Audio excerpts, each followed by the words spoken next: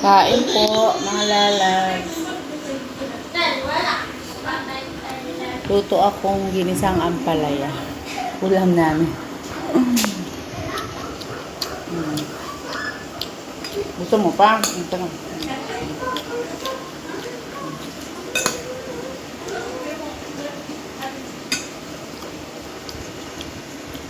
Kain po.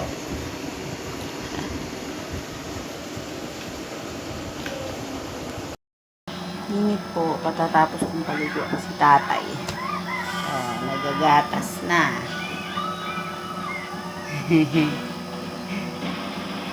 Nagagatas. Tsaka tinapay. Mainit.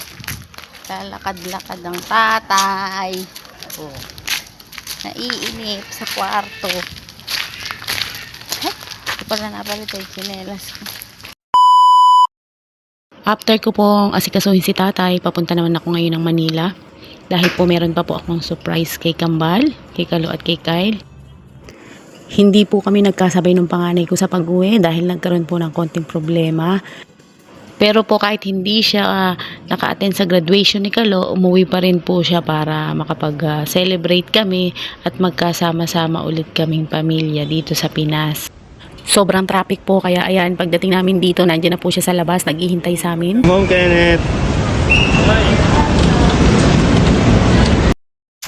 On the way na po kami papunta ng Campinpin, doon po kami didiretso kasi po nandun si Kambal at wala po silang kalam-alam na ayan, parating na kami dahil nga po isusurprise ko. Saktong-sakto naman po na busy sila sa kakapanood ng nagbibilyard.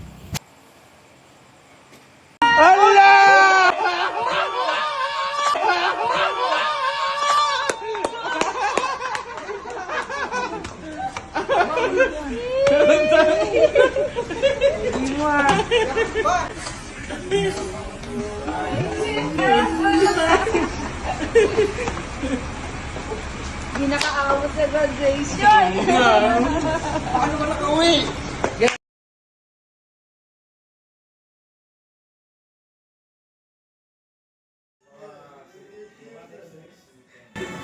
Ang mga lasing.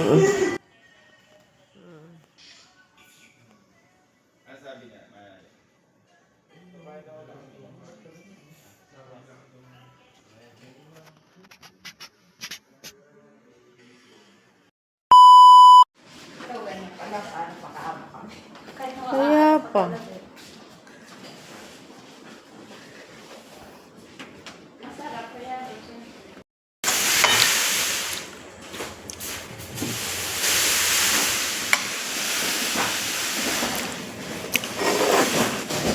Almusal po, mga lalabs. Yung boses ko, iba.